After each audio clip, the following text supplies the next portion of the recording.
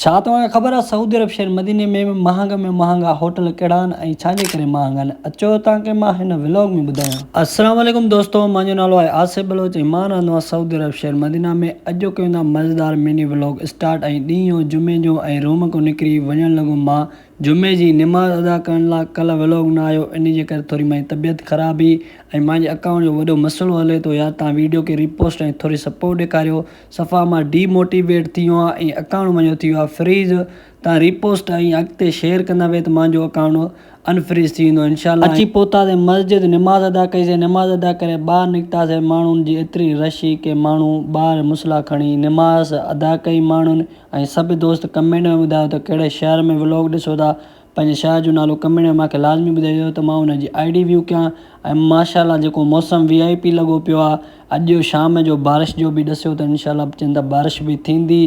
पोइ हाणे असां अची पुॻासीं पंहिंजे रूम ते। बसि कुझु सुकून महसूसु कयूं था निमाज़ पढ़ी करे। ऐं हाणे असां अची खाईंदासीं मानी जो टाइम थी वियो ज़ोहर खां पोइ बाबा असांजी मानी जो टाइम थी वियो। वरी असां सुम्हंदासीं, पंहिंजी निंड पूरी करे बाबा हाणे उथियूं। राति जो टाइम लॻो पियो आहे ऐं बाबा बारिश हिते ठीकु ठाक थी आहे माशाल्लाह। अञा बि मौसम जेको आहे लॻो पियो आहे बारिश वारो। हिते माना असां इंजॉय न करे सघियासीं बारिश खे, सुता पिया हुआसीं। हाणे मां वञा थो बसि ॿाहिरि थोरो मतिलबु मौसम खे इंजॉय करण जे लाइ।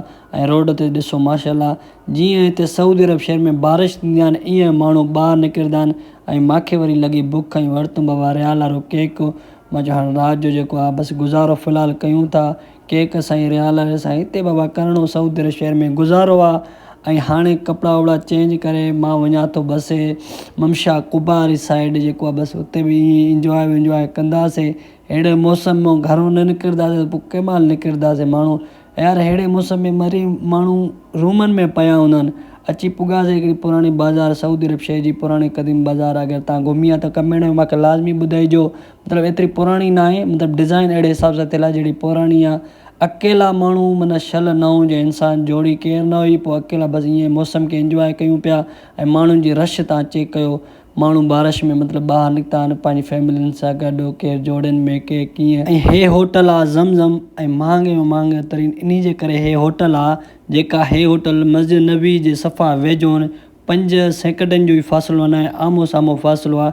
इन जे करे हे महांगा आहिनि। जेका ॿाहिरि आहिनि 15-20 मिंट जे फ़ासिले में आहिनि उन्हनि जो किरायो घटि हूंदो आहे। हिननि जी हिकु ॾींहं जी 600 रियाल 700 रियाल जेको आहे रहण जी हूंदी आहे। साम्हूं ॾिसो मस्जिद नबी आहे।